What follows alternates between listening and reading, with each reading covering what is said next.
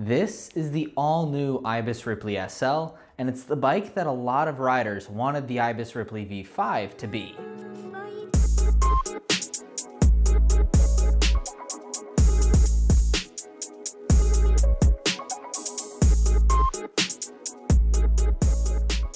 You can call it a lightweight trail bike, you can call it a downcountry bike, cross-country bike. I don't really care. The one thing I know is that this bike is really fun for going up and down the trail. Now, back in October, I actually got the chance to go up to Ibis headquarters and ride this bike in Santa Cruz. We got to see their Santa Cruz-based production facility where this bike is actually made. I got to ride the bike and form some new and very good opinions on it. And I also got the chance to wash the bad taste out of my mouth from the latest Ripley release. Now, I want to be clear. I'm not saying that the Ripley V5 is a bad bike, but we personally felt that it missed the mark on the lightweight trail experience that we felt like the Ripley was kind of built on. The Ripley SL addresses every single one of those corals and then some. It holds true and it has that trail capability, but it also has that lightweight, super snappy DNA that a short travel DW Link bike should have, in my opinion.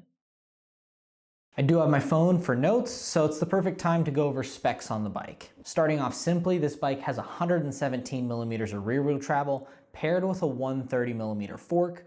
On all of these builds, it is going to be a Fox build kit, so you're gonna have a Fox 34 SL up in the front and a Fox float in the back. This combo matches the bike well, it's lightweight, but it also can take some of those bigger hits. This bike weighs 5 pounds for the frame set and shock together. Then the bike that I rode on the trails was an XTR build kit with the Ibis carbon wheel upgrade, and that thing weighed around 23.5, 24 pounds with pedals. The frame features 2 water bottles in the front triangle, stow internal storage system for snacks and tools, and a great seat post insertion for riders that are either on the smaller side or looking to get the longest dropper post possible. There are 3 colors available: the raw carbon, which you see here, the Gold Rush, which was the XTR bike that we got to ride out at Santa Cruz, and finally the Tahoe Blue, which is shown on the screen. It's a very vibrant, very good color. I do want to take a moment and talk about paint. When we were up in Santa Cruz, they actually showed us their quality control facility, which includes paint testing and, of course, frame testing. It's cool to see a company do this, and for me, it also enforced the fact that Ibis is one of those premium brands. They stand behind it, and they have a product that matches that promise. Of course, I mentioned the paint and the QC facility before I mentioned the fact that Ibis has a whole carbon production facility based in Santa Cruz where this frame set is made. They walked us through every aspect, from making the molds, making the prototypes, to actually laying up a final production run build. Pretty cool to see. I've never seen anything like it, and I would love to learn more in the future. We spent the first hour of the ride climbing, so I had quite a lot of time to be in my own head, in the zone, thinking about how the bike rode, and quite honestly, I was more than impressed with how the bike climbed. It tracked the ground very well, and there wasn't a single time that I felt like I needed to reach down for a lockout.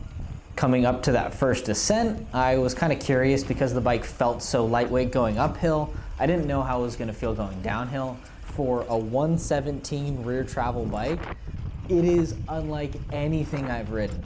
And no, of course the bike doesn't feel like an enduro bike all the way when going downhill, but I was just pleasantly surprised with how this bike rode. The traction from the rear end is going to be one of those things, and then the massive dropper insertion. You can get quite low on the bike, which allows you to attack a lot of the sections with an aggressive position and really send some things without realizing you're on a short travel bike.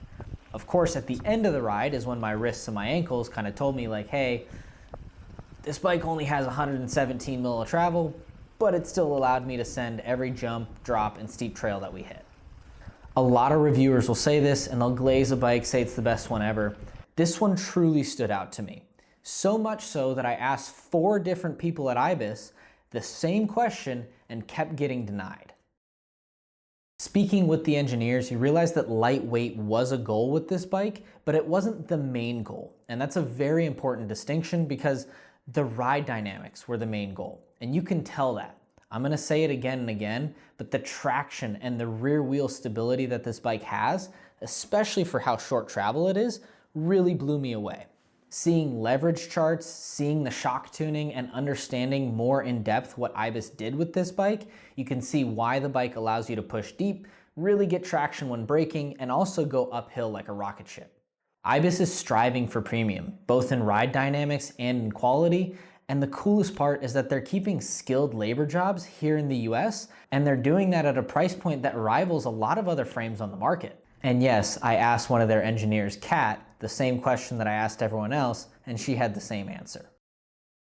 Now, the question that I asked so many times, can I buy one of these bikes? That question alone should summarize my thoughts on this bike and what I really think about it. Please let me know if you're interested in buying a Ripley SL for yourself, and keep an eye out for our Instagram, YouTube, and emails to see when our Ripley SL demo bikes are going to be hitting our fleet. As always, we thank you guys for watching. Your views and your subscriptions allow us to keep making videos about cool bikes, so make sure you check out the website, probikesupply.com, and get all the upgrades that your bike needs. Damn, that was a lot of work, but I'm stoked on this bike.